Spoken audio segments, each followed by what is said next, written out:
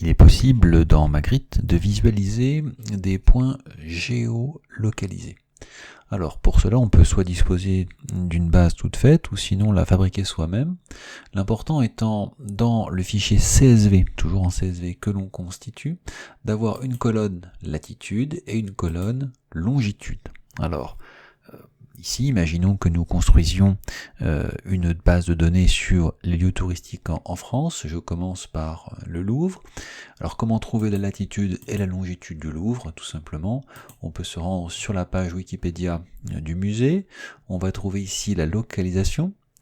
Mais il faut un tout petit peu les convertir pour Magritte, donc il suffit d'aller sur un des nombreux convertisseurs que l'on trouve en ligne et de rentrer donc les données fournies par Wikipédia qui sont en degrés, minutes, secondes. Ici on fait toujours attention à nord, sud et est, ouest, et puis on obtient les degrés décimaux. Donc ce sont ces données que l'on rentre dans le fichier CSV de manière à ce que Magritte puisse les lire.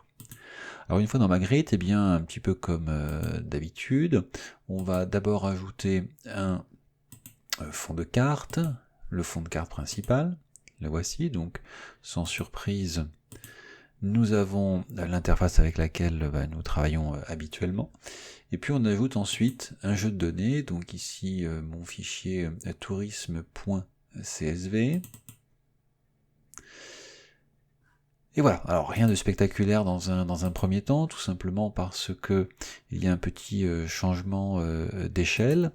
Donc je vais ici aller dans les couches, et puis surtout donc appuyer sur cette petite icône ici, dans la couche des polygones, des pays du monde, de manière à en refaire la couche principale, parce qu'en ajoutant le tourisme, le fichier CSV, eh bien la géolocalisation fait que la première couche a perdu son statut.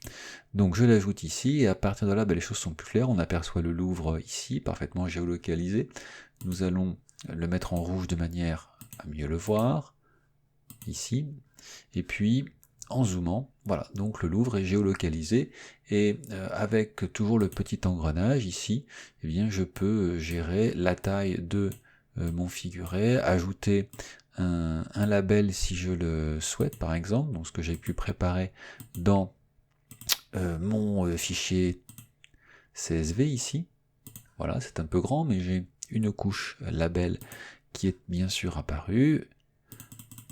On peut réduire la taille et on le rappelle, modifier ici le positionnement, c'est un objet vectoriel du label, c'est-à-dire de l'étiquette. Voilà, et puis eh bien, dans ce fichier CSV, je peux à présent ajouter d'autres lieux, ils seront géolocalisés très facilement.